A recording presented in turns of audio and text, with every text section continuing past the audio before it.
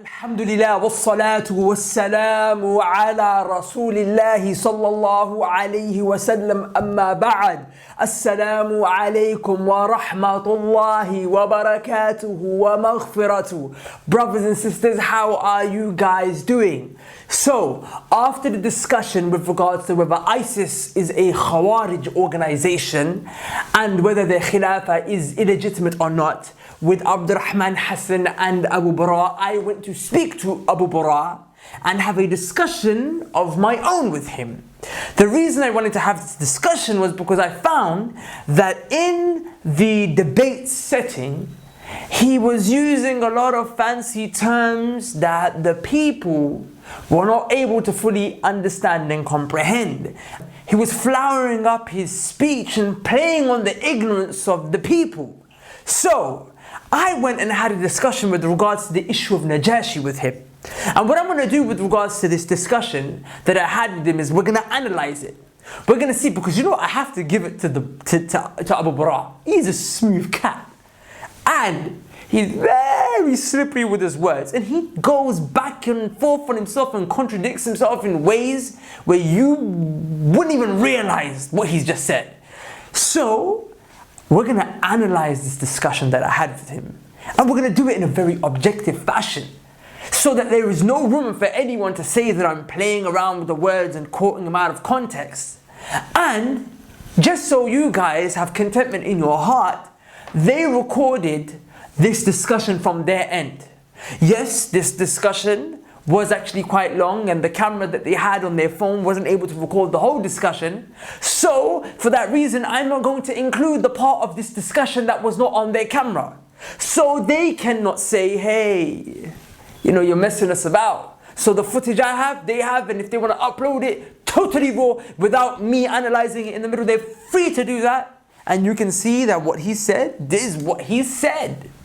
So, just before I play the discussion and we start analyzing, you need to understand what it was that I was talking to him about and why.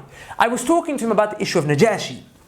The reason we were talking about Najashi, the ruler of Abyssinia at the time of the Prophet ﷺ, was because Najashi didn't rule by the Book of Allah, but Najashi died as a Muslim. Rather, the Prophet ﷺ, he said, he is a righteous brother of yours. And he prayed Salatul Janazah upon him. The Prophet ﷺ cannot pray Salatul Janazah upon a kafir, can he? But he prayed Salatul Janazah upon Najashi. And Najashi is an evidence in favor of us. Because the Khawarij, they put takfir, rather they say you're a kafir because you do major sins. Major sins are minor kufr. But they are not the kind of kufr that cause you to leave the religion to the point where you enter the hellfire for eternity. This is the problem of the Khawarij that takes them out of Ahlul Sunnah. So, without any further ado, let's go into the discussion.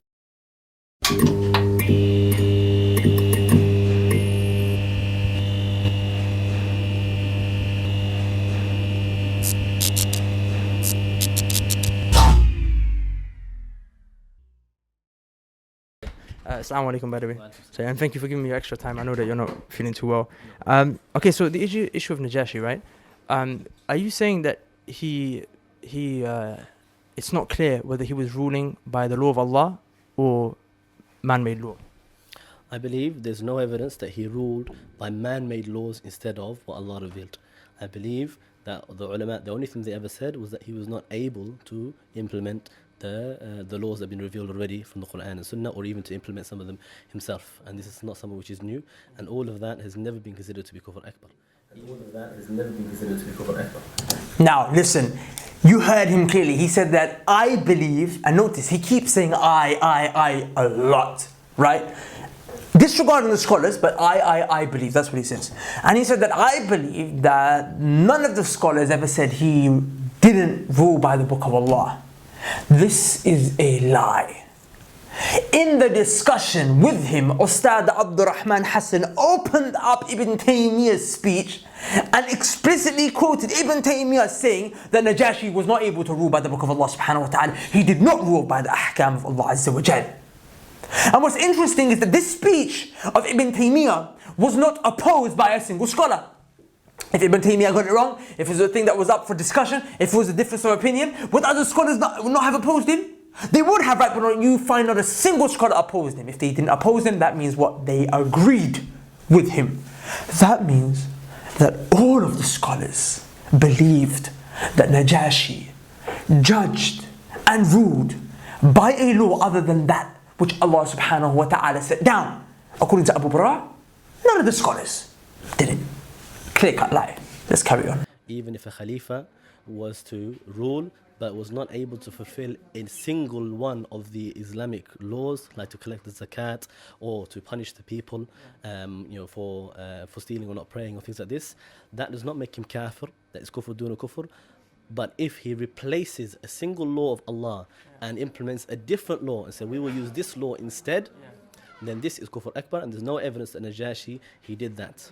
Notice that he is saying that if a person is not able to implement the laws of Allah subhanahu wa ta'ala to the extent where he's not even able to implement a single law of Allah subhanahu wa ta'ala, then he does not become a kafir. But if a person changes even a single law of Allah subhanahu wa ta'ala, he becomes a kafir. Now I'm going to show you through his own speech how he doesn't know what he's talking about, respectfully speaking. Because on one side, he's saying if he changes even a single law of Allah, he becomes a kafir. But if he's not able to implement even a single law of Allah, then it's not kufr. My question to you is, the one who is not able to implement even a single law of Allah subhanahu wa ta'ala, that means he implements all laws other than what Allah sent down. Because he's not able to implement the law of Allah, obviously, what's he going to be implementing? Other laws, isn't he? So he's going to be changing the way that he implements the laws. He's going to be changing the constitution to accommodate that which he can do. So that means he didn't change not one law, he changed many laws. So this person should be a bigger kafir according to you. But no, in the second example, you said if he changes just the one law, he becomes a kafir. But in the first example, by definition, he changed all of the laws. This is proof that Abu Baraa, you're just making things up as you're going along. And I mean, I'm not holding you accountable for contradicting yourself right now, because that's what happens when you make things up as you go along. Please, stop making things up as you're going along. It's not nice. And what would be, so when you look at this, right, what would make more sense? That you have a man who is a Christian or previously Christian, becomes Muslim, he's ruling over a Christian people with a Christian law, because the Injil was what they used to rule with at that time. Allah mentioned in the Quran that the people of the book, they changed, the Christians and the Jews, they changed the text, right? So no doubt the law that he had was not the law of Allah Azza wa Jal. So on the basis of that, whatever it is that he was ruling by other than what Allah subhanahu wa ta'ala revealed. No, this is wrong for us to make this assumption, and that is like thinking evil about a Muslim. No, my question to you is, what other assumption are you going to make? You have one or two options. Either he ruled by the book of Allah, or he didn't rule by the book of Allah. If we know he didn't rule by the book of Allah, then that means he ruled by something other than the book of Allah. It's not like we're making assumptions, there is no other option. And not only that, the Sahaba radiallahu anhum ajma'in communicated this to the Salaf, and the Salaf recorded it in the books of Seerah. Just open up the books of Seerah and you'll find it there. Why are you so eager to oppose the scholars? You're opposing the books of Seerah, and you want us to take you, adding Ibn Hisham and Ibn Sa'ad's Tabaqat? Allah Ta'ala says, "Ya ayyuhalladhina amanu ijtanibu kathiran min adh-dhann." We judge by what's apparent, as you said, right? That means you judge it by the apparent. Meaning, if there is a proof from their sayings and their actions that they did this, then we say they have done this. He didn't even implement the Sharia on himself. Like he never gave no zakat, no nothing. You affirm that, right? Number one, and we can't call him a kafir. No, I don't believe we can call him a kafir. And he wasn't implementing the law of Allah. Yet you still don't call him a kafir. Now, this is a proof that he didn't rule by the book of Allah. The fact that he didn't even implement the Sharia in his life, he didn't even pray the Salah. He couldn't implement it in his own life. How is he going to implement it on the rest of the people? It's a bit of a stretch, isn't it? And the proof that he was not able to implement the book of Allah on the rest of the people, as Ibn Taymiyyah rahimahullah says, is the fact that there was no one that was there to pray the Salatul Janazah upon him. They were giving him the burial that they were used to according to their own Christian traditions and customs. That's why the Prophet had to read the Salatul Janazah upon him. If he was ruling by the book of Allah, at the very least he would have taught the people how his Janazah should be done. But even his Salatul Janazah, there was no one there to perform it. So how on earth could you say that Najashi was ruling by the book of Allah when the basic things in his own life he wasn't even able to implement? I believe he was not doing everything that he maybe wanted to do. And nor did all of the laws of Allah reach him because of the living far away. And many of the Muslims from Abyssinia did not know the latest information from Medina. That is proven from even the ahkam of the salah. They did not know what was abrogated from the ahkam of salah, even though they did daily things. Now, they are daily things, and they didn't know maybe what was abrogated from the ahkam of salah. But the basic thing that they did know was that you have to pray the salah. Najashi didn't even do that.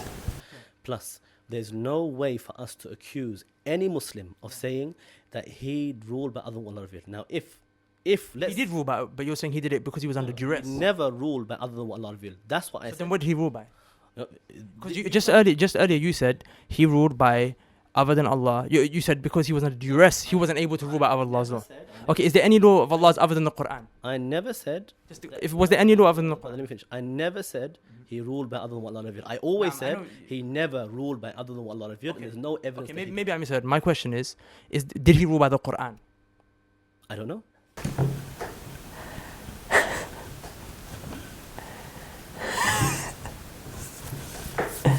You don't know if you rule by the Quran. Listen. The scholars already told us that he didn't rule by the Quran. And these are not any scholars. These are the Salaf, the students of the Sahaba, man. You don't know. But you're saying he never. We don't know if he I have never ruled by the Quran, but I'm not in authority. What does that have to do with anything? Abu Baraa does this a lot. When he's cornered, he comes up with these random statements where the conversation is flowing so smoothly. We're talking about, did he rule by the Quran? Did he not rule by the Quran?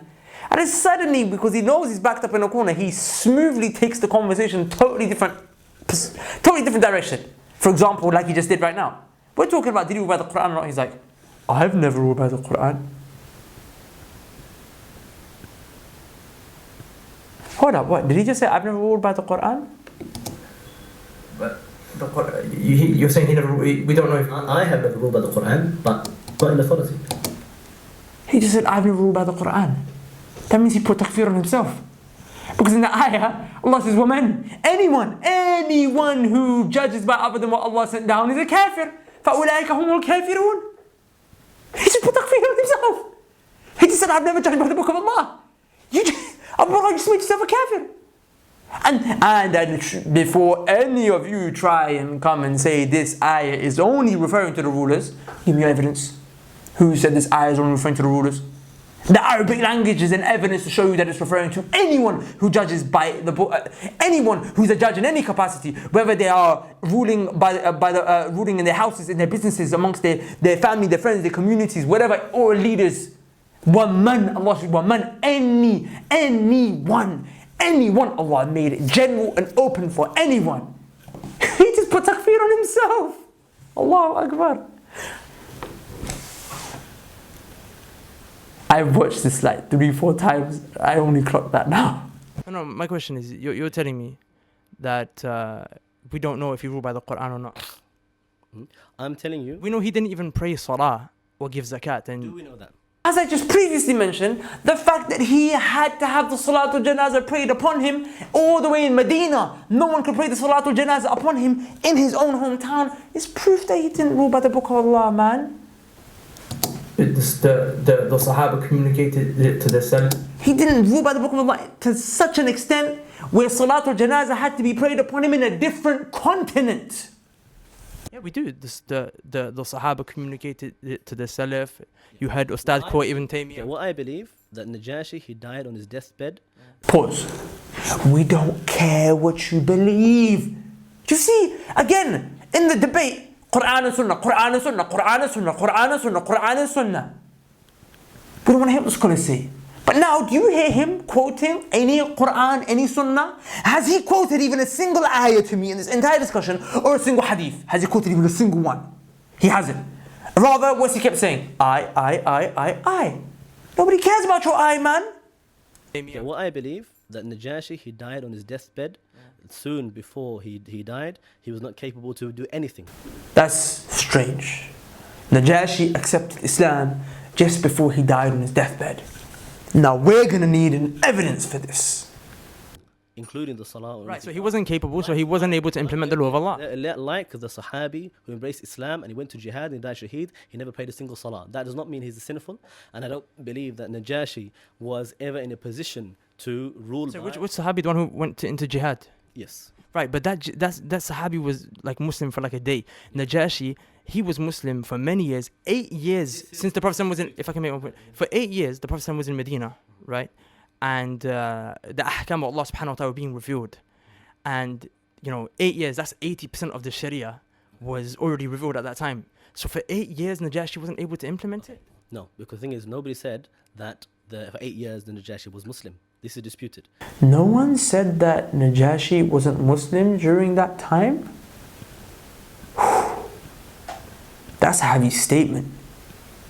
Because a lot of scholars did say that. And we're going to need some evidence. From where? Quran and Sunnah. Can he provide?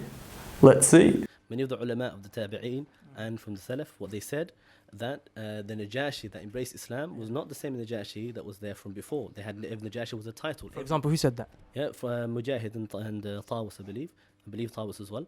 You can look to the tafsir. Which tafsir? Because in Ibn Kathir, are you saying? I can't remember off the top of my head now, but I can look for it inshallah later. Because in Ibn Sa'ad's Tabaqat, he mentioned that he became Muslim earlier on. Muhammad ibn Hisham's, right? I know people differed about this, but I don't believe that he became Muslim. The one that became Muslim was the one 8 years ago. I believe that he died on kufr, and the one that became Muslim was the later Najashi, and I believe that he died and nobody knew about his Islam, and he's only died at the last end of his life, and he has no capability to do anything as he was on his deathbed. And the people who, if anybody from his people ruled, there's not without his authority, and if he would have ruled by Islam. So you're saying he only became Muslim on his deathbed? This is from what I understand. Even if he wasn't. But where are you understanding this from, though? From some of the sayings of the Salaf. But who said it? Yeah, I'm saying to you, brother, I know people differed about it. But I'm asking you who differed? Like, who was it that even said it in the first place? Who came with that? Yeah, from what I remember Mujahid, but I don't remember any other names. Okay, for now. I can double check that. That's fine. And I did double check that. And guess what the conclusion was? It's a big fat lie. Mujahid never ever said anything like this. He became Muslim 8 years ago. Okay. How can you accuse him of not ruling by the Quran? How can you accuse him of that? Because he didn't do it. Where's the evidence? No. You don't ask us for the evidence. When this is an agreed upon matter by the scholars of hadith, the scholars of seerah, then you need to bring the evidence. You are opposing the scholars and you're opposing the evidences that they've brought. You need to come with the evidences. Beginning, why did you say that the only reason he didn't rule by Allah's law was because he was in a position where he couldn't? We need to clarify this. You said he could at the beginning, right? I believe he was under duress. No, He wasn't. Let's say so it wasn't because he was under duress. No. But let's say even if he's under duress, if he's under duress, that means he's not in authority. Okay, the one who's in authority cannot be under duress. He puts other people under duress. Okay, so if he's under duress, that means he's like Uthman. He was locked up in his home, and other people were doing things in his state. Yeah. Oh my goodness me! Did you hear what he just said? He said that if a leader is under duress, he can no longer be a leader because he has no more authority. And then he said, like Uthman, who was under duress. So he is saying that Uthman radiallahu an, when the Khawarij surrounded him and they placed him under duress, because he was not an authority anymore, he was no longer a leader, no longer a Khalifa. This is a big statement that he's just made, because it goes against a clear-cut hadith of the Prophet ﷺ with regards to Uthman's Khilafah. The Prophet ﷺ said, Ya Uthman, if Allah gives you a cloak, never ever take it off.